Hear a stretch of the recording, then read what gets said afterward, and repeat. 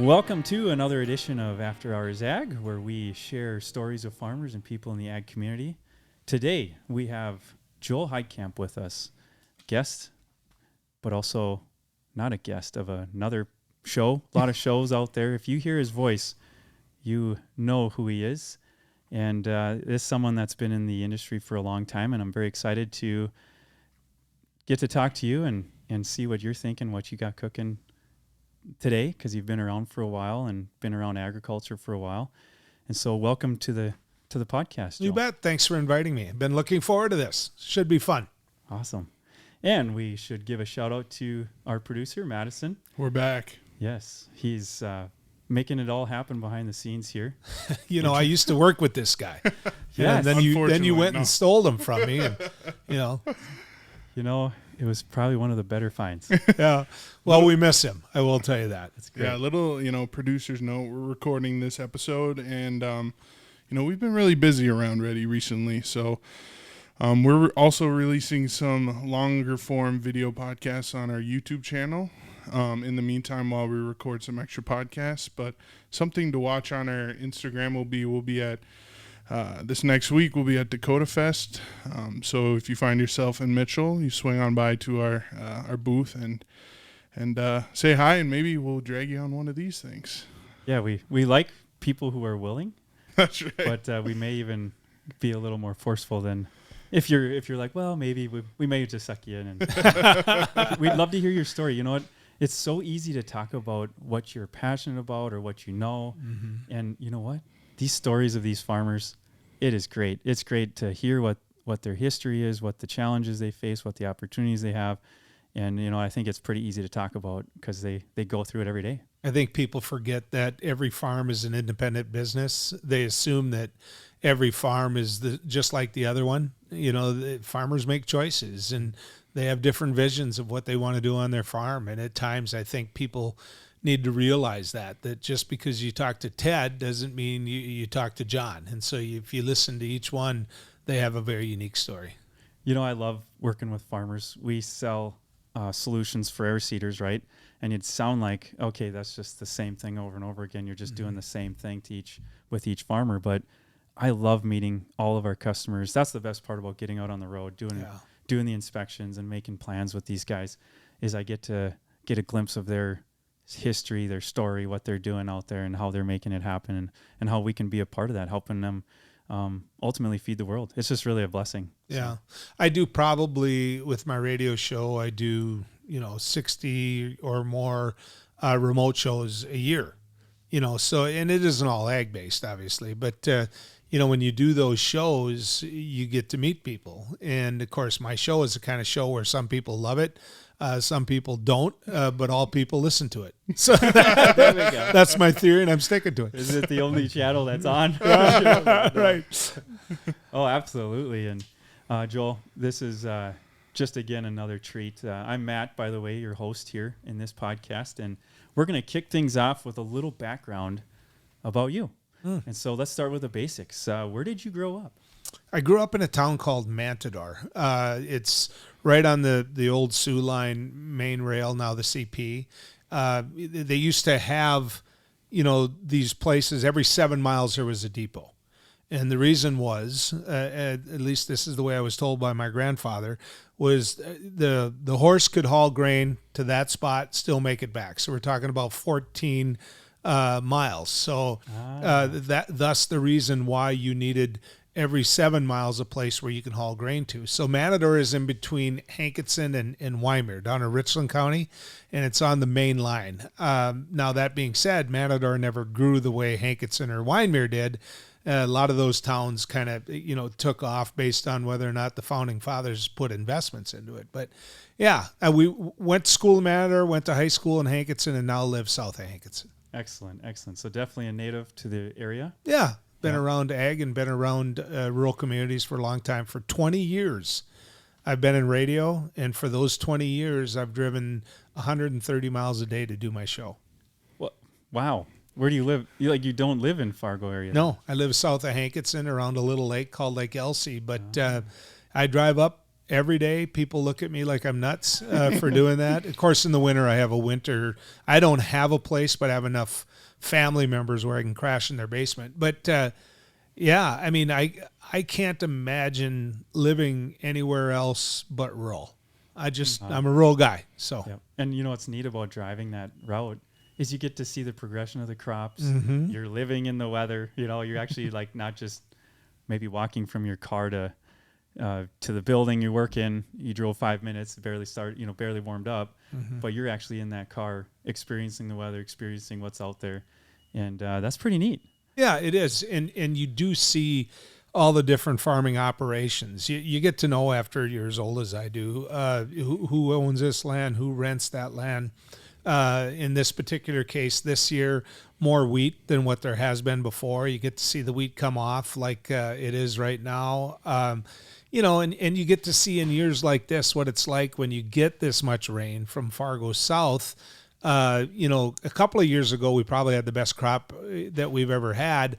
Last year, not so much. This year, really not so much in certain areas because they didn't get in quick enough and they didn't plant fast enough. And they would be willing to admit that themselves. They didn't get in and get as much planted as they could before the rains hit. Timing is huge. Huge. Yep. Huge. That's why, quite frankly, what you do is fairly important yes. to farms. The most important pass of the year is seeding, and that seeding pass, that planting pass is so critical. And I've heard guys say it over and over again.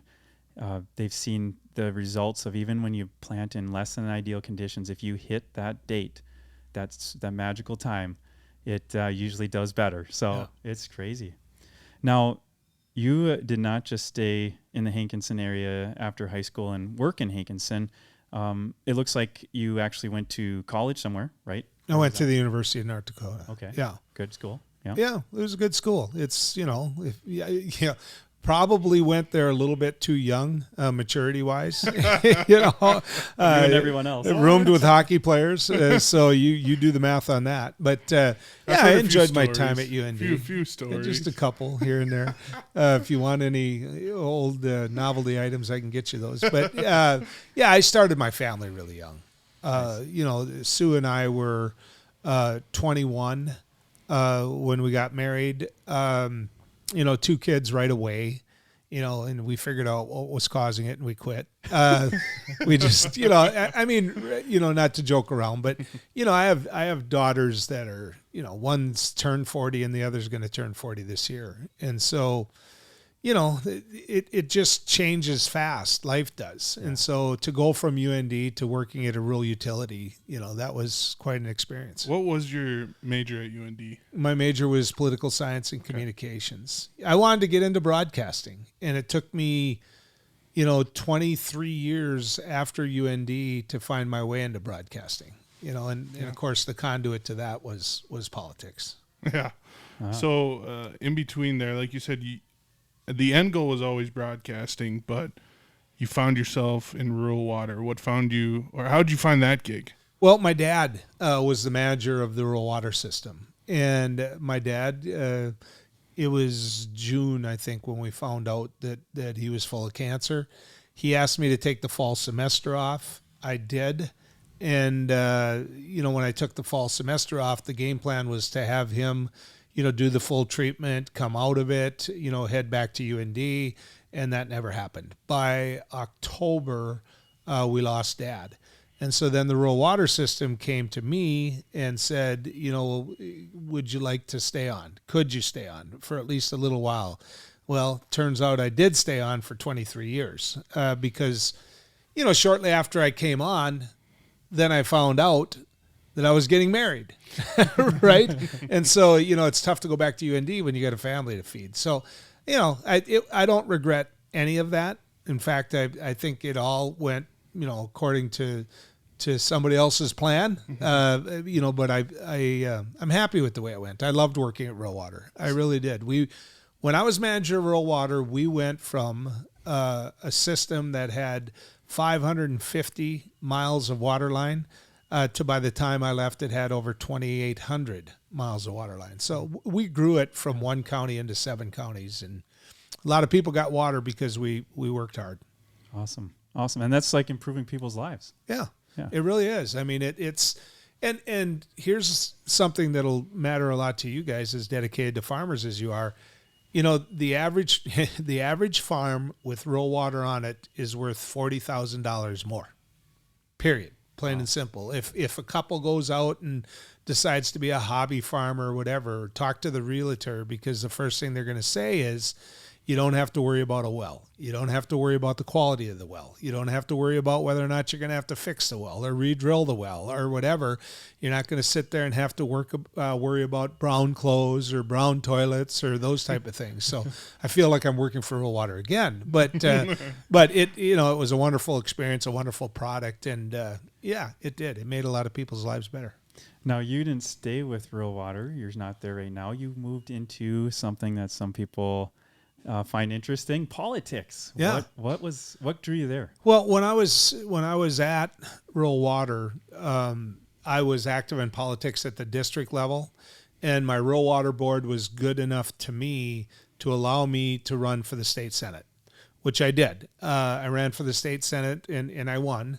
And for 14 years, I served in the North Dakota State Senate. Now, during that time, I was always active, and my family was active. That came from my grandma, an old NPLer. And so, these people were FDR Democrats, which really is what led us to be, moderate to conservative Democrats, which is where it took me.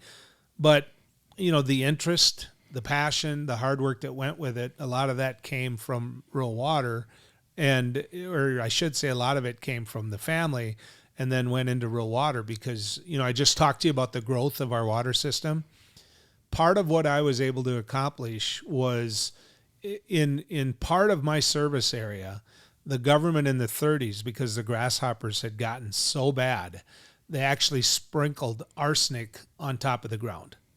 And so that was meant to kill grasshoppers, which actually proved fairly ineffective because you had to convince them to eat it, right? And there was no conversation going on there. But that made its way into the soil, into the water, and so down in our area we had a higher concentrate of arsenic than other areas, and because of that, and a man named Quentin Burdick, I made the argument that we deserved to be an EPA Superfund.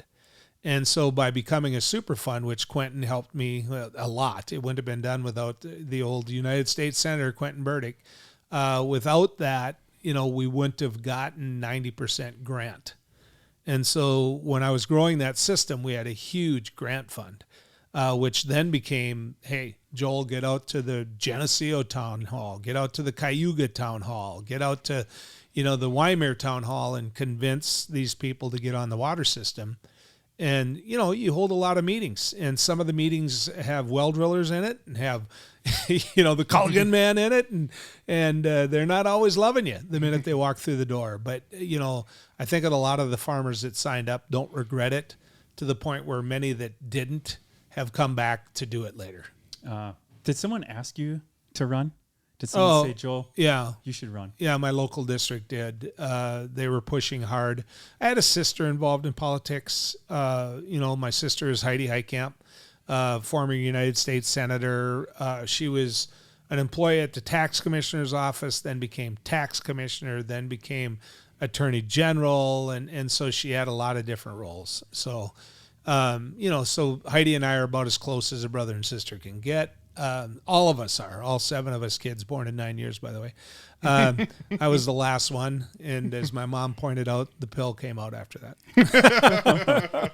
Well, what was some of the better experiences you had in being a part of the Senate and the politics in general? And then I'll ask next, what was some of the worst experiences you had? Oh, yeah. As far as good, it's that little individual case that nobody knows about, that case where somebody calls you and says, look, this isn't how people should be treated. This isn't, I could give you example after example, but they were all different, but you got to help them out. And you got to find a way, even if it was sometimes just as a conduit to the rest of government. You were the local person that they knew, that they trusted, that would know the process enough so that you'd go talk to workers' comp, or you'd go talk to the health department, or you'd go talk to the tax department, and you'd find a way to help people. And you didn't always win, but you always enjoyed getting a chance to win. And that's what I loved about politics. Local representation. Isn't that great? Yeah. You have a voice. Yeah, you get a chance. And, some of those folks, well, I know many of them never forget. Republican, Democrat, Independent. I still get stopped and thanked for some of what we were able to accomplish in the state Senate. Excellent. How about or if you have more positive examples? What about, I wanted to talk about the Roger Maris bill as well. Oh, How did that come about? Yeah, well, it came about because it was the end of the legislative session. And it wasn't just that I was bored, but I was bored. But there was something going on there. I'm a lifelong Yankee fan, and unfortunately, I know. Roger Maris was about to lose his single season home run record to two individuals, McGuire and Sosa, that were on the juice, and I didn't like it. I didn't like it at all, and so. What I did was I introduced a resolution. You can't make it law, but it's a statement from the state of North Dakota saying that in the eyes of North Dakota, Roger Maris will always be and still is the home run king, single season home run king.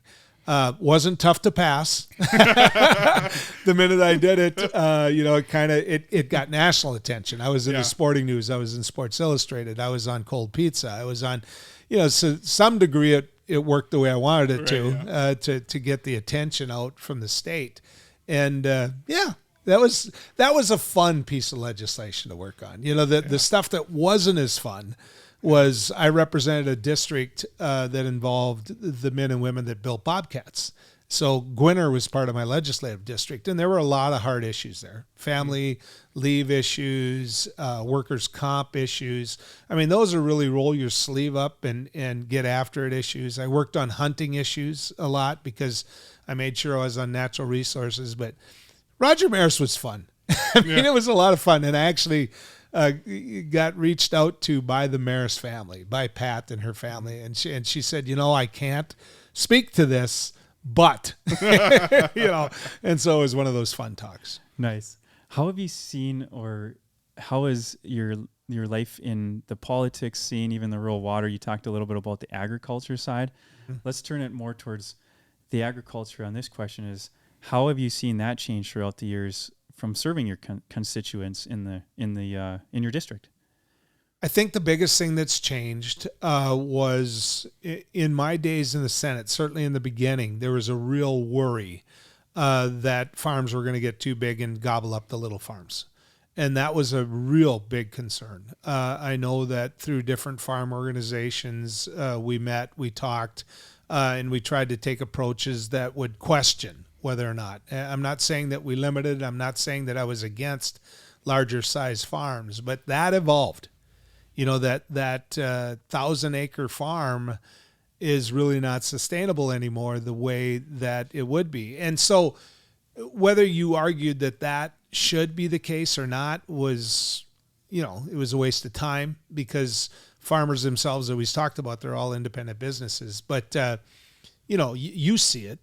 At Ready, these guys are about efficiency. If somebody would have told me that I was driving by a wheat field like I did today, and there was going to be 2 grain carts in that wheat field, I would have looked at them and said, what is a grain cart? I mean, and last night I had a chance to visit with the Coomers, and I said, do they pay off the way I think they pay off? Absolutely.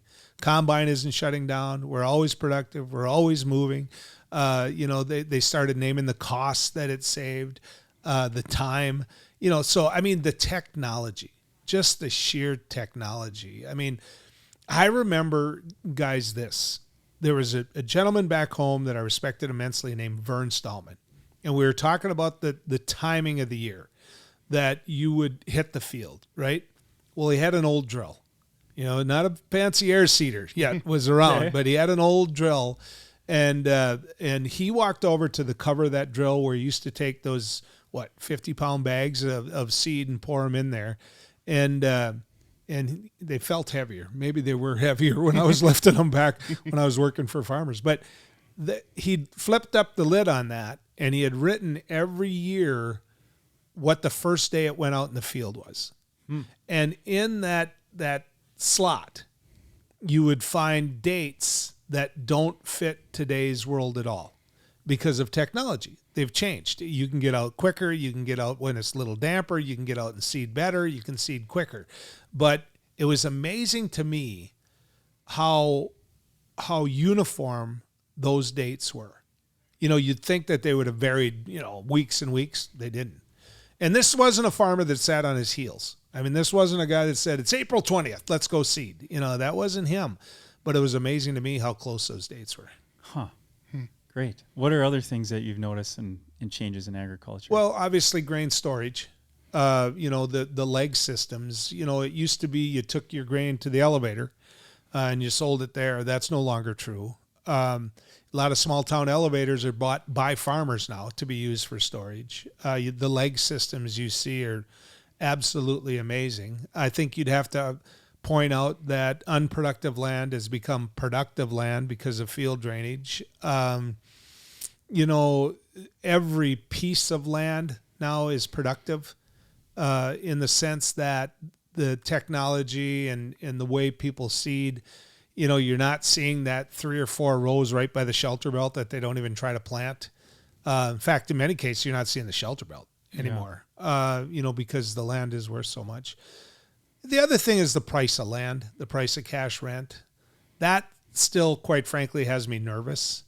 But Farmers Manager farms better than I can from a I-29 driving into town. Yeah. But you hear about the price that some people are paying per acre of land, and it's like, you wonder if everything doesn't have to fall perfectly into place to be able to pay for it. But hey, I don't see anybody having an auction sign out at their driveway the way they did in the 80s, Yeah. Well, there's definitely a lot of pressures we're seeing, and a lot of talk about the high input costs still, and then the low commodity prices. Those aren't letting off. I mean, I don't know the 80s. I was born in the 80s, 83, but you were around you really 80s. Had to go there? Really? Oh, no. I don't look it. No, and I understand that it was a really tough time. Interest was high. But, man, we've got pressure on farmers right now with all that happening.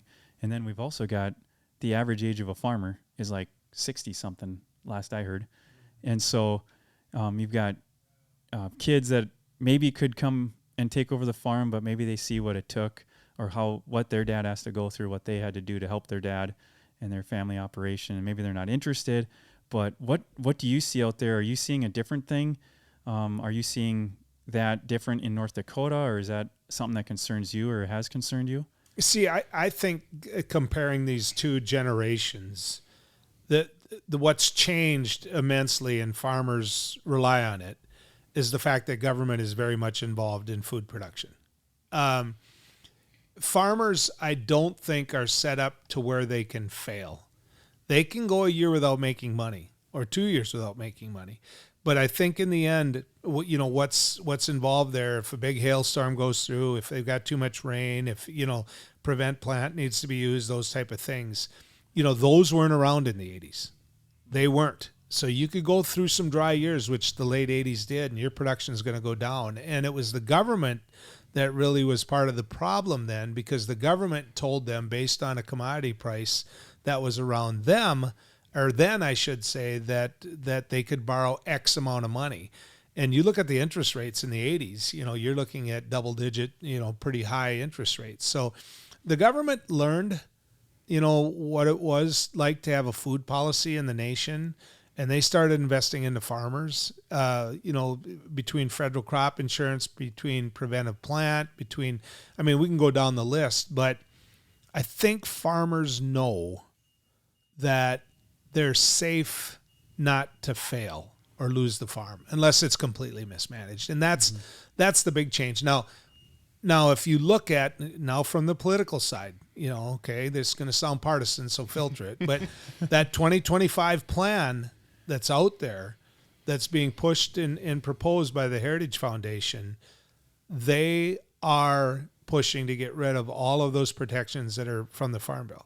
So I think farmers need to pay attention to that. I think they need to keep an eye on that. I think they really need to look at who their enemies are out there and make sure that they're protected through that farm bill. And we haven't had a farm bill for 2 years. They're just putting extensions to it, which means those bases are nowhere near what farmers need to have. Now, we haven't had anything blow up in terms of production. We've had certain areas, obviously, that had too much rain. But, and then you'd have to argue. We had a guy in high school, just so you know, I was in high school in the 80s, okay, just so I can play age group too. But he came to school one day and he said he had 200 bushel corn.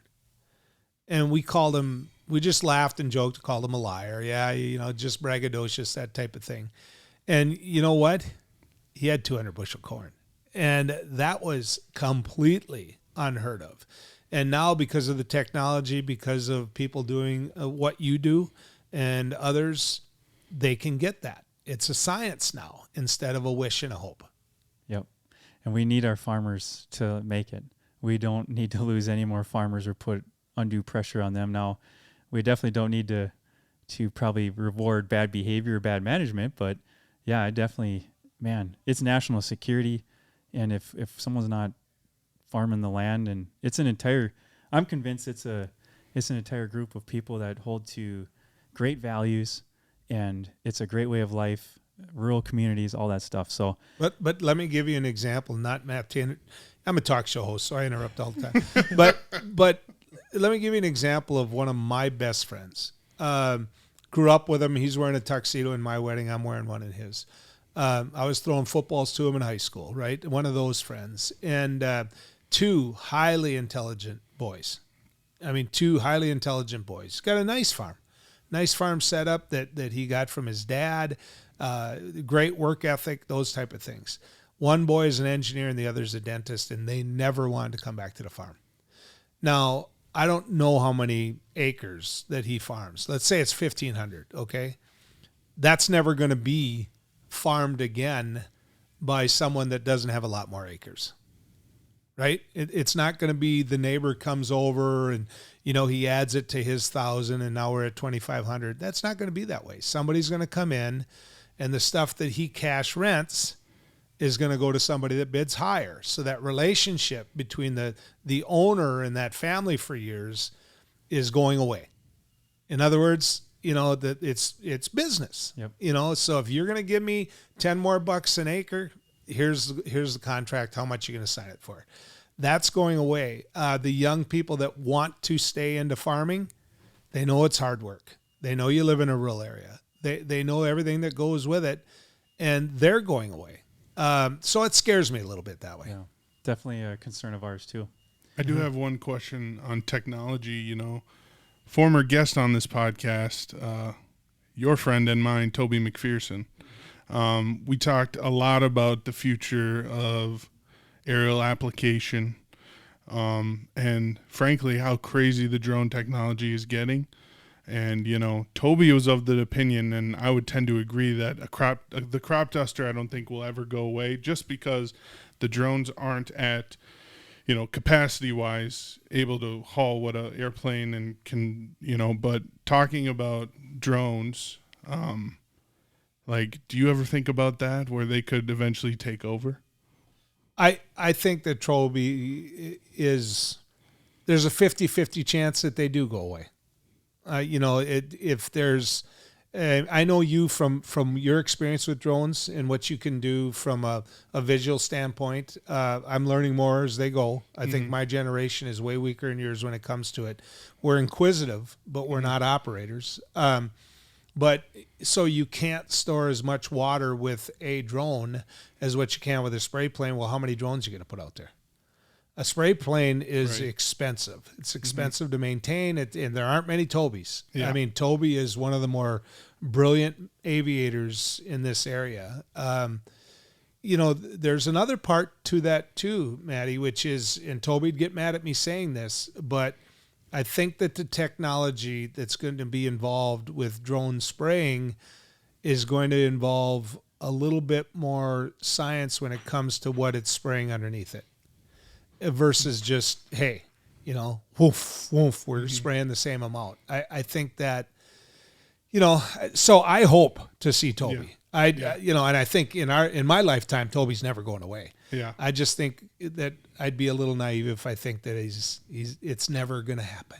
Number one, it'd be hard to peel him out of the cockpit, honestly. Toby? Yeah, Toby. But that Mustang he's got. I think it's at least since I've in a year, Rusty and I did one of my last stories at KFGO with Toby, and then we actually have worked with lots of farm YouTubers out there. One of the biggest is Millennial Farmer, Zach Johnson, who farms around Alexandria. He just had a company out of I think Iowa come to him with a drone setup that they were demoing at his farm, and this isn't just some amateur small little drone that can fit in the size of your hand. Like, these things have like a full semi that would load up, and there was 3 huge drones, and while he's standing there, he's having all 3 of these drones do separate things at the same time. And I'm just wondering, like, eventually, like, the drones are just going to get bigger, just like airplanes. And I just wonder, I think I agree with you where I think Toby's going to be just fine for now, but I think with all technology, one day it's going to it's going to tilt. Yeah. And I go back to the science end of this, which NDSU has perfected ways. You guys know, because you talk to professional farmers all the time.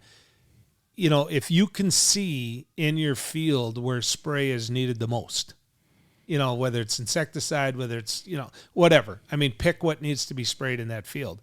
And, if you're looking, whether it be through infrared, whatever tool you're using to find out where your crop is weak out there, if you can target exactly where that spray is needed, you saved a lot of money.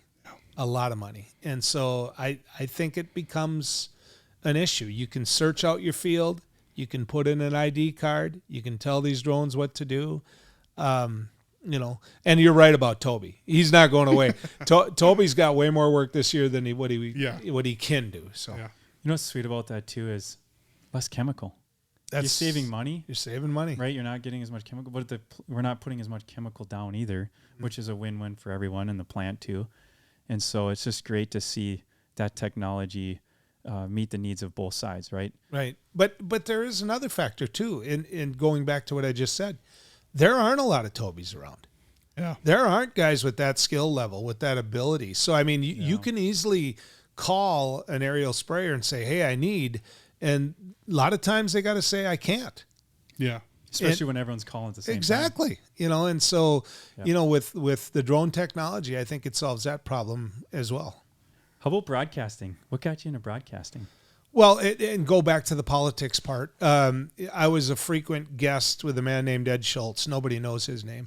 But of course, Ed was a major personality in Fargo for years, beginning with sports and then going on to political commentary. But, for the very same reason that we're enjoying this conversation, I think Ed enjoyed conversations with me and me with him. You just had good, frank discussions. And so being a frequent guest, that led to being a guest host.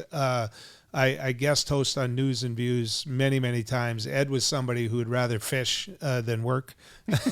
He would actually enjoy me saying that.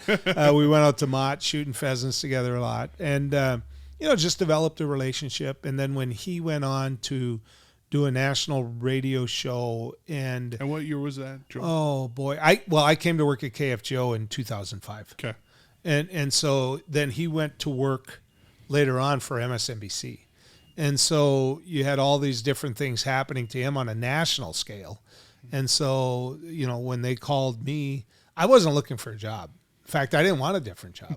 I mean, I'm serious. The broadcasting I wanted to get into was sports broadcasting. That's what I was passionate. I refereed college football for years, and so I wanted to be around athletics. And, when they called me and said, hey, would you consider this? I said, hey, let's talk money.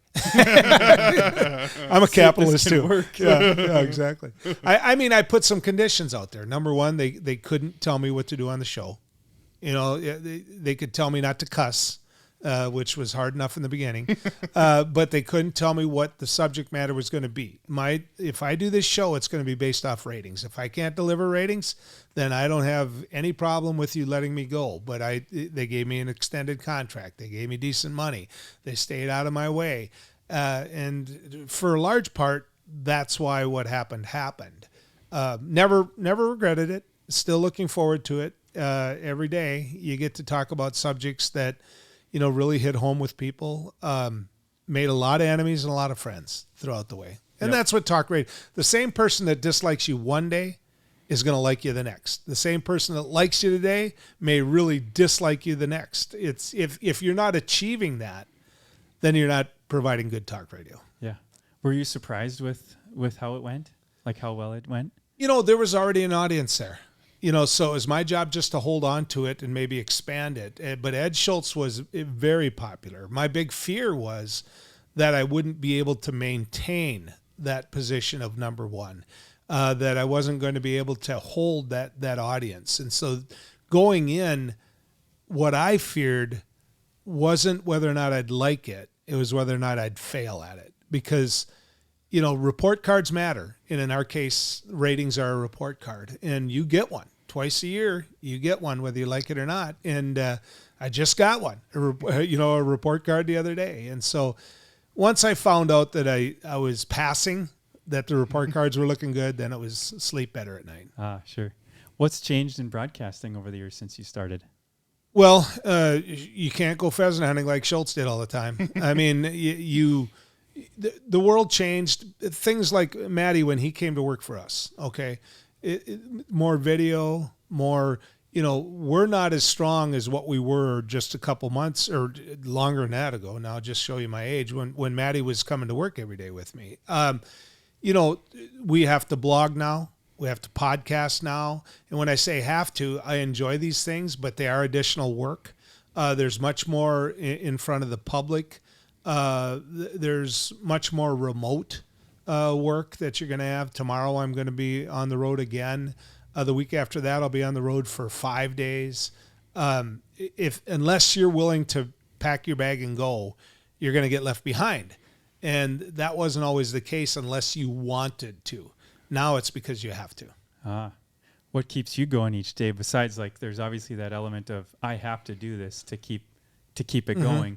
But what else is the underlying thing that keeps you going in the broadcasting side? Yeah. Well, when you put down the microphone, take the headphones off at the end of the day, if you made a difference, and by that I mean made people aware of something you think was incredibly wrong or incredibly right. If you were able to tell a story, which really radio is, it's about storytelling. It's about making something visual, right? And sometimes that picture that you're drawing in people's minds is ugly, but you have to share it. I mean, you do. Otherwise, people aren't going to know what happened. We're going through that right now with the Ray Holmberg situation. This is ugly. It's ugly stuff. But if people like me aren't there to make sure the public knows, it won't get fixed. Today I talked about a farmer down in my area. Not a farmer. He actually worked, for CHS. But this is a guy that retired. And you go on to his place right now, and he's growing hops, brewing his own beer. He's got a great big pumpkin patch. He's got a great big sweet corn patch. He's got a great bunch of cucumbers where he uses, or I shouldn't say cucumbers, but, he's pickling a lot. He's got squash. This guy is so incredibly happy, and he has like a big group community party once a year. And I went last night, and you're having some of his free wine, some of his beer that's good, some of it that isn't so good. There's plenty of that too, I'm sure. But it's just a whole great big community getting together. Back to where we were talking before. You had big farmers, small farmers, but everybody that goes to church together shaking hands. So it was really cool. That's awesome. Yep. Now, what do you see as the future in broadcasting? Well, I think the future of broadcasting is going to be local, which KFGO has been able to maintain. I think that a lot of radio stations want to go to strictly automated. You're seeing that on the FM side. The FM side has to compete with the Spotify and the Pandoras and all of that. And so to me, I don't manage FM other than the FM that KFGO is on.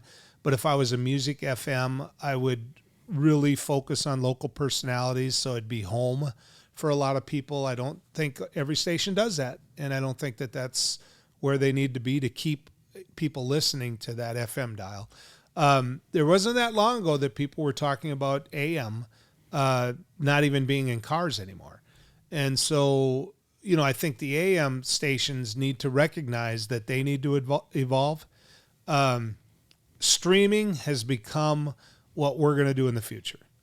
I mean, streaming is, I get phone calls on my show from Arizona, from Florida, from Texas, people that were lived in this area that retired that want to. I got a call the other day from Australia. Nice. Now, what the heck they're up that time of day for, listening to it, but they moved there. And so, if you can't provide the product in different ways, then you're going to get left behind. Yeah. And so it's technology with our business too. Where do you get the ideas? Like, obviously the content is a big motivator of why people listen, and then how you bring about the just the conversation in it and the conclusions, hopefully. But where do you get the content? The listener. I mean, the listener will come to you and say, hey, why don't you?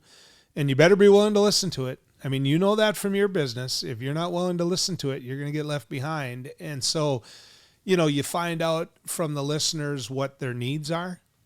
I'll give you a perfect example. Think about KFGO and think about K-Fire. Okay, there's 2 heritage radio stations. K-Fire right now has 2 employees. They just let their sports director go. You look at KFGO. On our morning show, we have 2 in-studio hosts, right? We have 2 people in the newsroom. We have a person in the weather room. We have a person in ag, and we have a person on sports. All of those individuals are local personalities, and I just named you 7 salaries that are involved in making that show happen so that people get up in the morning and that's what they turn on, and that isn't what they shut off because it's local, but it takes good people to do that. And I worry about the future not having good, talented people that want to get into broadcasting, so I just keep hiring young, and it's working for me. So, where do these people come from that you hire? Well, like Maddie, they want to get into things like this, and I'm still ticked at you, by the way, for stealing. But you go to places like Moorhead State, you go to places where people show a passion. If anybody wants to be an intern, you accept them. You say, come on in, and let's see how you are. And if they're not there, you know what? Your internship's over. If it is good, maybe we got somebody that we're going to hang on to for a while. So, you look to other stations, but that isn't always, I've hired from other radio stations. I've stole, Jack Michaels was working at K-Fire. Tom Szymanski was working in TV. Sarah Heinrich was working in radio and dabbling a little bit in print. And all 3 of those individuals I recruited. Our new morning host, Robbie Daniels, worked at another family of radio station. So, I mean, I'm not above poaching if I know that they're good. And I've been poached, Yeah. Not that often because I think that people like staying where they're number one. But, I think that if you're going to find talent, you find it wherever it is, old, young, middle, and never be afraid to look at somebody like like me, who, not getting choked up, folks, I'm dry. I don't think you should ever be afraid to look at somebody not in the industry who wouldn't mind being in the industry, if that makes any sense. Yep. And it's so great, as you talked about getting the talent from the colleges in town.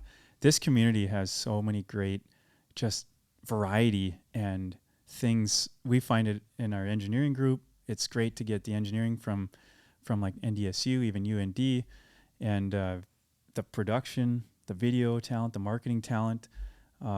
Almost everyone here has gone to one of these colleges in the community. And so we're drawing great students to these schools. And then we're also, those schools are moving them forward, right? And then we, as businesses, as you guys as a radio station, you can be able to get that talent. We hear that all the time in the farming community is you can't get good help. And I know it's hard to get good help. In fact, when we were talking before the podcast started, you said, well, where do you get your help? I did. Where do you get good help? Mm-hmm. I said, I thought you were going to tell me where to get help. And, but Fargo Moorhead is like probably above the curve for good help, I think. For some. Not for all. I think you're seeing restaurants close because of that. I think you're seeing, but you look at what you do because of what you're doing in this room right now. If you're a competitor of Ready, you have no choice but to do this. Period. Plain and simple. I mean, you have no choice but to do this because you have a means of communicating with your audience, the people that want to know about your product, that want to know about you. Now you're smart enough to go out there, develop it, put it in front of people, right? Period. If I'm your competitor and I see what you're doing, I'm hiring Madison tomorrow. Now, I'm not saying it's going to be Madison. Cut that out. Yeah, cut that but seriously, I've got to develop this. Yeah. And so the rules change, right? And so I don't know what you're paying Matty, but I'm assuming you're paying more because he liked where he's working with me, But the other part to all that is you got to be able to find him, right? And that's not easy. Take the local TV market here. And I dare you to find someone talented that's working in broadcast, in TV, that's there for longer than a year. This is an incubator here. They treat them that way. They bring them in. They bring talented people in. They get a resume built up, and then they are gone. Where do they go? Oh, they go to bigger markets. Oh. Cities, yeah. And even the cities as a springboard. Or they go into, they use that skill as production in a different profession. It doesn't have to be in TV broadcast to where they're up at 11 o'clock every night telling people what the weather's going to be or the sports are. So they're going into professional businesses like yours with the knowledge they have to do what you're doing right now. And I think KFGO, coming from someone who never really had the radio on when I was a kid, started working here. It was my life every day on the radio. KFGO's local radio's at its best when, unfortunately, something bad is happening. Whether that be weather or an unfortunate event, like, I'm remembering the shooting last summer where Zach Wallin, officer for Fargo Police, lost his life just a few blocks down from KFGO. As that whole situation unraveled, people turned their radios on because, something I found where, sometimes when there's a breaking news happening at the national level, you try to turn on a local channel here, and their feed has been cut off by that next level of that, of that ABC, and you don't got that local anymore. But with radio, you turn on KFGO, you're going to hear what's happening live, the reporting, the, all that kind of stuff. And, like, even if it's a basic thing like weather cancellations, you can hear Tom Szymanski saying, or whatever, there's a crawl, these schools are out today, and, just to get that basic information you need, especially in this area. And I think Joel would agree that's where radio's at its best. Well, think about the riot in downtown Fargo. Yeah. And this is when I am most proud of the staff, is you've got a riot in downtown Fargo, and it's happening on Saturday. And word got out, and everybody, without me calling anyone or them calling me, everybody just went to the radio station. And it was like, okay, time to work. This is what we do at KFGO. And so everybody was there. We had people downtown. They were getting sprayed with mace. We had people downtown that literally had to throw away their clothes, because when they got home, because they were just dusted so bad. But they were there. They were there. We were back home in the studio, making sure that their information got out on air. And it was because of that. And I talked to 2-3 guys afterwards that said, the minute we found out that something like that was happening, we tuned to KFGO. And your coverage was amazing because we made sure from all levels, from the law enforcement level to individuals that, watched it, to local businesses, that their voices were heard about that riot. And so that's what I love about it. The flood, the Marconi's, Peabody's, Edward R. Murrow's, all of those things have been won at KFGO for covering the devastating flood. Like you said, Matty, bad things happen. 97, 2009, 2012, all of those areas, I've got staff sleeping on the floor, because we needed to get word out of where sandbaggers were needed and those type of things. So Denny Wallaker, a name that some people might remember, used to walk in at emergency times like that into the studio and just sit down, and you could be talking about anything, and that mic was going to get turned on for Denny, because that's what KFGO is. So the mayor said, all right, I need 500 people. I need them on 27th Avenue. Get them here, and boom, it was done. I do also want to ask a question about how, back in that day, you can have the mayor walk in. At least when I was at KFGO, a lot of local relationships are just different now. Yeah. Whether that be unfortunately. So, our the amazing news director at KFGO has the number of anyone. Paul Jurgens, he's one of the best in the business.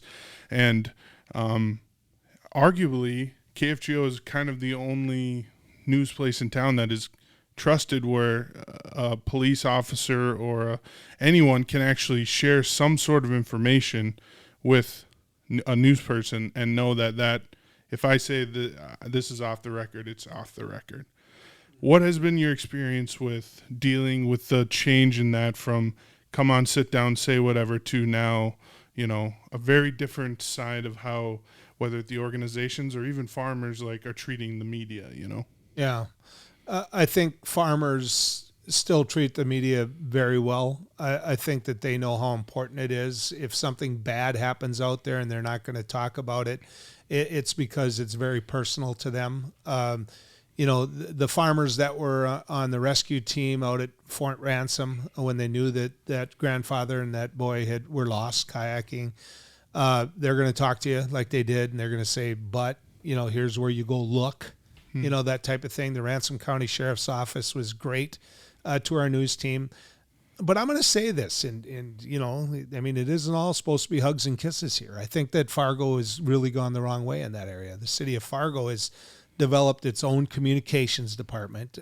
You've got a police chief in Fargo that many times isn't in town. You have to search him out to get information, and everything has to go through him. And so there's a reason you have deputies. Deputy chiefs are the ones that should be trusted enough to say, hey, get word out. This street is shut down. We got a riot here. We've got a shooting here. But they're not allowed to talk to the media much anymore. And so I think that's a step backwards. I think media that you trust can be used the right way. But there are individuals in this market that have wrecked it for media as well. There's one TV station in particular that really hasn't put us in a good position. Yeah. What about what's going on in Britain? So, have you been following how they're persecuting those who are sharing the riots or the protests of the immigrants? Mm-hmm. I believe it's Britain. And it's what you just shared made me think of that, of how you could be right in the midst of that riot. You could be at all levels, hearing it from the government's perspective, probably getting a take from the spectators or even the rioters perhaps. But now Britain is apparently persecuting people who are putting stuff on Facebook and things like that. Are you familiar with any of that? Or? Yeah. Yep. And to me, the fact you used the word Britain instead of Russia was, think about it. Right. The freedom of shocked. speech, the ability to get information out there. If we start policing everything that we think is false on Facebook and Twitter, and, social media is there. Deal with it. I'll give you the best example I can. The U.S. government is 10 years behind TikTok, right? TikTok's here. It's here. And a generation of people like TikTok. They're using TikTok. Now, is TikTok, because of its connections to China and its access to technology and its supposed poisoning of my cell phone next to me, I don't know. What I do know is this: there is going to be TikTok. So if you want to fix it, then make a better TikTok. Right. It's too the bad way we didn't come out with it first. Right. Right. But I would be willing to bet $1 to a donut that there is somebody out there right now developing a better TikTok. Mm-hmm. I've got a granddaughter that's 13 and she makes videos with her friend on TikTok. For me personally, the only time I see TikTok, and I'm using those words a lot, is when somebody sends me something that says, "Hey, Joel, check this out." I mean, it's not something where I go on. And then they want you to sign up. Right, exactly. Good luck with that. But you know what I'm getting at, guys. I mean, what I'm getting at is, if law enforcement, if emergency, we have such a great relationship with the Fargo Fire Department, with the the firefighters and the fire chief, that instantly he will communicate and his people will know to communicate that, hey, this is what's going on, and that way the rumors, the lies aren't spread because he knows, as Madison said, who you can trust. There are departments where I don't think they do that very well. And I mentioned one earlier. I just think that the more honest conversation you have with policymakers and elected officials, the less rumors and lies are going to be out there. Yeah. What's crazy is I came across some of my old videos. Apparently, I did some vlogging way back when, before I knew it was vlogging. But I was documenting some of that flood effort.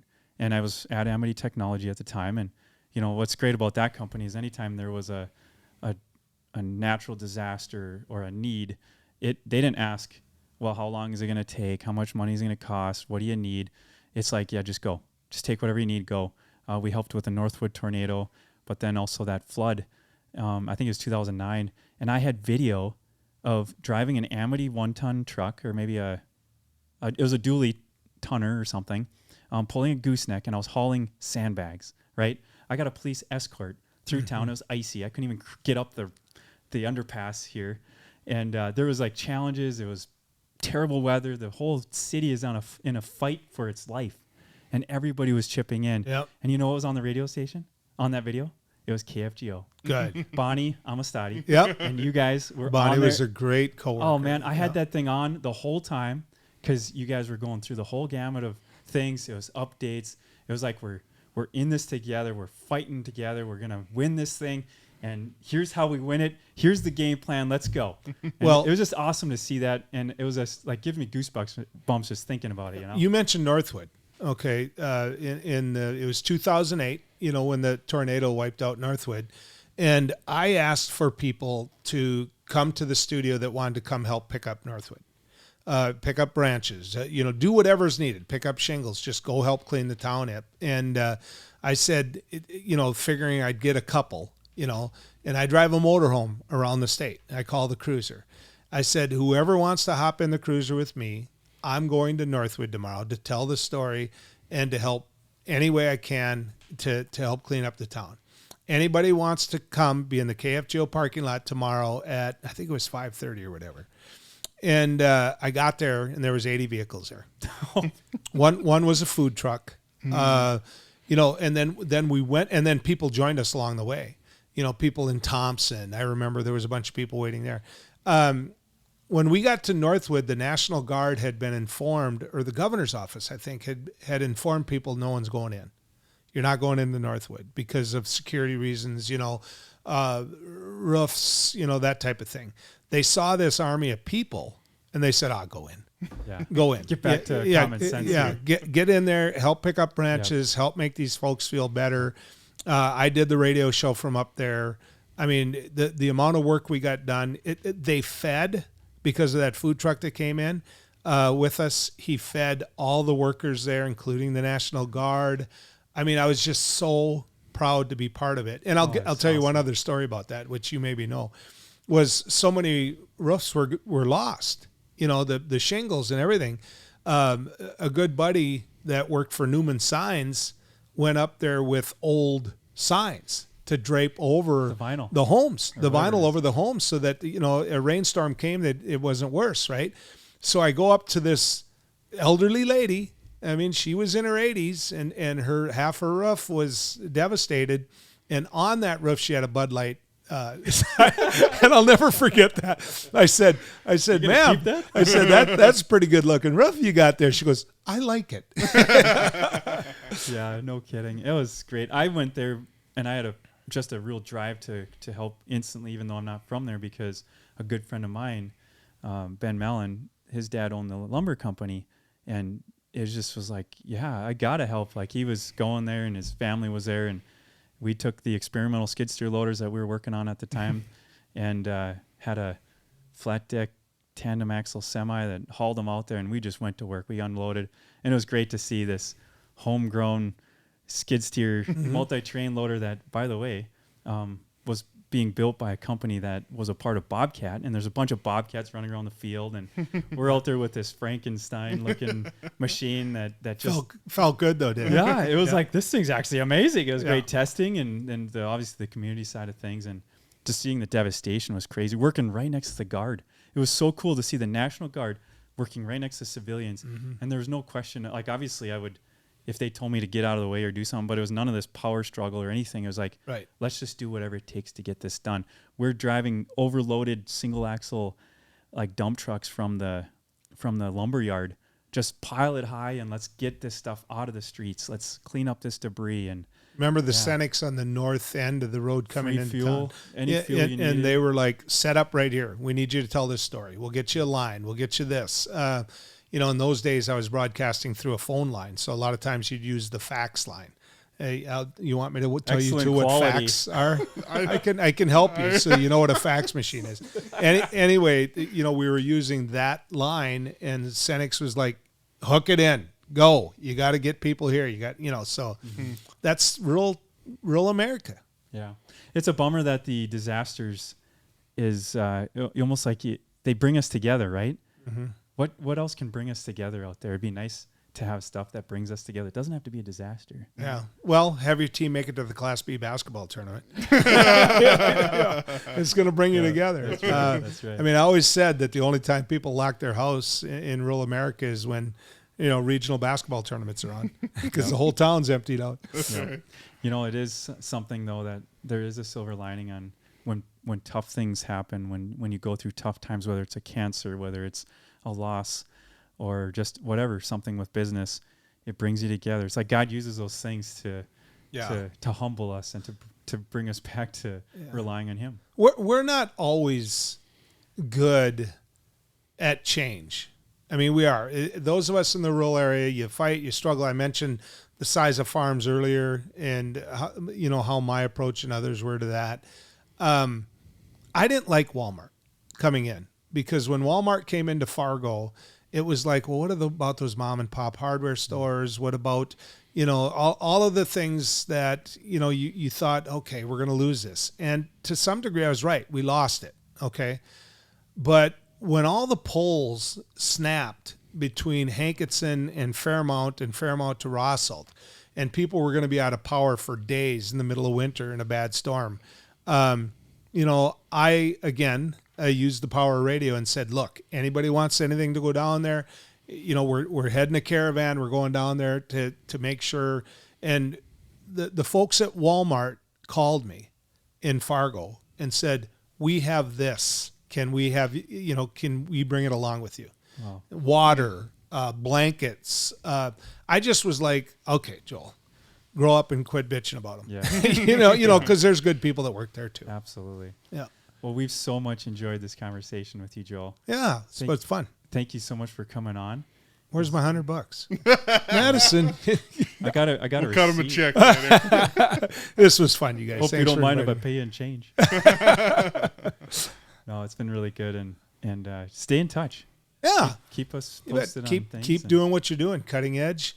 Keep out there doing what you're doing for farmers. Yeah. I'd like to give a shout out to all those farmers listening out there. I was on a recent inspection in the North Dakota, Montana area, and a farmer actually said, when are you coming out with another podcast?